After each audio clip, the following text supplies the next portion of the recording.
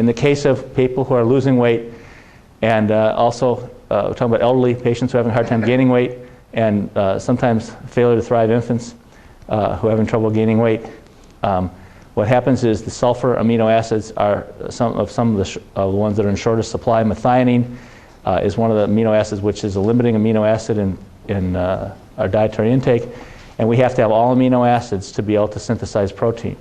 And if you're trying to help someone gain weight and they're not able to build their protein up, to build their muscle mass and to make to be able to digest and absorb nutrients, and you got to treat their intestines, but to be able to get them to digest the protein they have is important.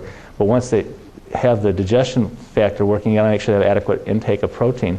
And sometimes the adequate intake of protein, if it's not adequate, they'll be short on amino acids like tryptophan and methionine, and these are two of the ones that are in the shortest supply.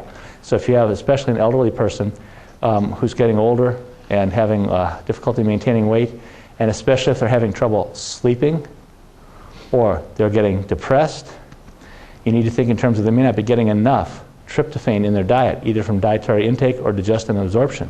Because tryptophan is the precursor to serotonin, which is what really most of the antidepressant drugs work on, is serotonin pathways. And tryptophan is a precursor to that, and it's in short supply in amino acids, amino acid pools in foods. And so is methionine, the essential amino acid coming from foods, is in low supply, and it's the sulfur amino acid. And so we look at those two in particular and make sure we get adequate intake, digestion, and absorption.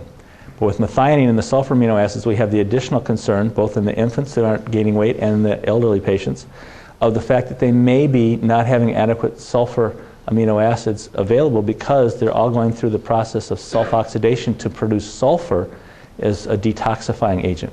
And so you've got a toxic patient who's trying to detoxify gut toxins, which is most often the case in a kid, unless they've had some other environmental exposure, most often the case in a kid, or in an adult, in an elderly patient, possibly trying to use up all those sulfur because they've been trying to detoxify years and years of steroid hormone excess from either taking hormones or producing cortisol, or they're trying to sulfate medications that they're taking and they're unable to keep up with the demand. They may start losing weight because they have so many medications they're taking and accumulated years of stress or even present stress to their steroid metabolism.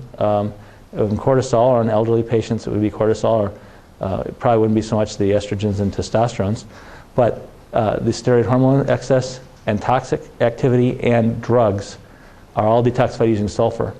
And the sulfur will shunt into the detoxification process and make the sulfur amino acids unavailable for synthesis of protein.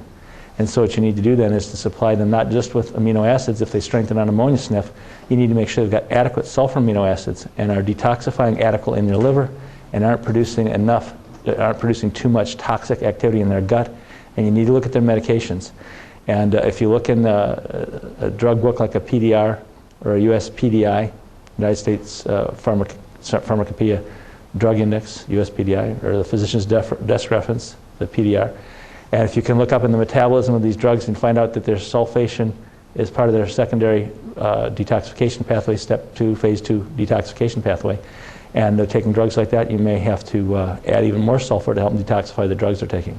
Most drugs you see in the book, if you can find out in the PDR or USPDI, or find out how drugs are detoxified, many, I don't want to say most, but certainly most of the common drugs that you come across, if you can find out how they're detoxified in phase 2 detoxification, they're detoxified by sulfation or glucuronidation. Very similar to how steroid hormones are detoxified by sulfation and or glucuronidation. And so you have this issue of ammonia strengthening a patient, and you think, oh, we need more amino acids in patients who aren't getting adequate dietary intake. We have to maybe consider also toxicity factors from the gut and in the liver, and looking at getting excess sulfur amino acids and actually excess tryptophan compared to what they can get in a regular diet. That means we have to supplement them with sulfur-containing amino acids and with tryptophan.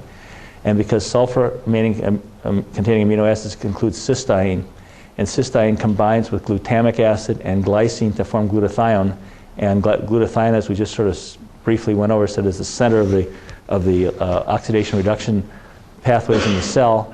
something called the electron poisoning system. Glutathione is the central molecule in that, and if you don't have adequate glutathione, you don't have adequate oxidation reduction balance in your body, and if you don't have adequate cysteine from sulfur amino acid being depleted, you don't make adequate glutathione. And so you need to have the adequate sulfur available, and sometimes lipoic acid is a useful tool to support sulfur amino acid metabolism, and patients who have deficient sulfur may also not have enough lipoic acid, which is a synthesized, it's like an accessory nutrient, not something that's called an essential nutrient because we can synthesize it. We have to have adequate sulfur around it. It gets used up. Sulfur gets used up, and lipoic acid itself gets used up in detoxification processes, and then the lipoic acid is not available for citric acid cycle activity, and patients' energies go down, and elderly patients' energies go down both in their general overall energy output, but also in specific cells which are unable to heal properly or metabolize properly to keep them going at a regular rate. So they may have some individual organ or organ involvement that's dysfunctioning because of lack of citric acid cycle activity, because there's no sulfur available for lipoic acid to keep that going. And we've talked about sulfur being bound up by heavy metals, which is another issue. And we've talked about that before, and how lipoic acid is often necessary in patients with heavy metal toxicity. But now we're just talking from a different point of view about patients who are having trouble keeping their weight on and have these different issues they have to be dealt with in order to maintain weight and not continue to lose weight and go into health demise from amino acid metabolism problems. So that's a little overview of some of the other things we look at when ammonia strengthens, and especially in the elderly patients. And we do supplement them with meal replacements, but not to replace the meals, to supplement meals, that type of thing. And we have to give them sometimes tryptophan, which is back on the market. And Thorne has tryptophan. I don't know who else does. Some companies had 5-hydroxytryptophan, but Thorne now has L-tryptophan. And some other companies may as well, I don't know. And we now have that available, and we have cysteine and methionine available from different sources and that type of thing. A lot of people use N-acetylcysteine. That's a good source as well of sulfur amino acids.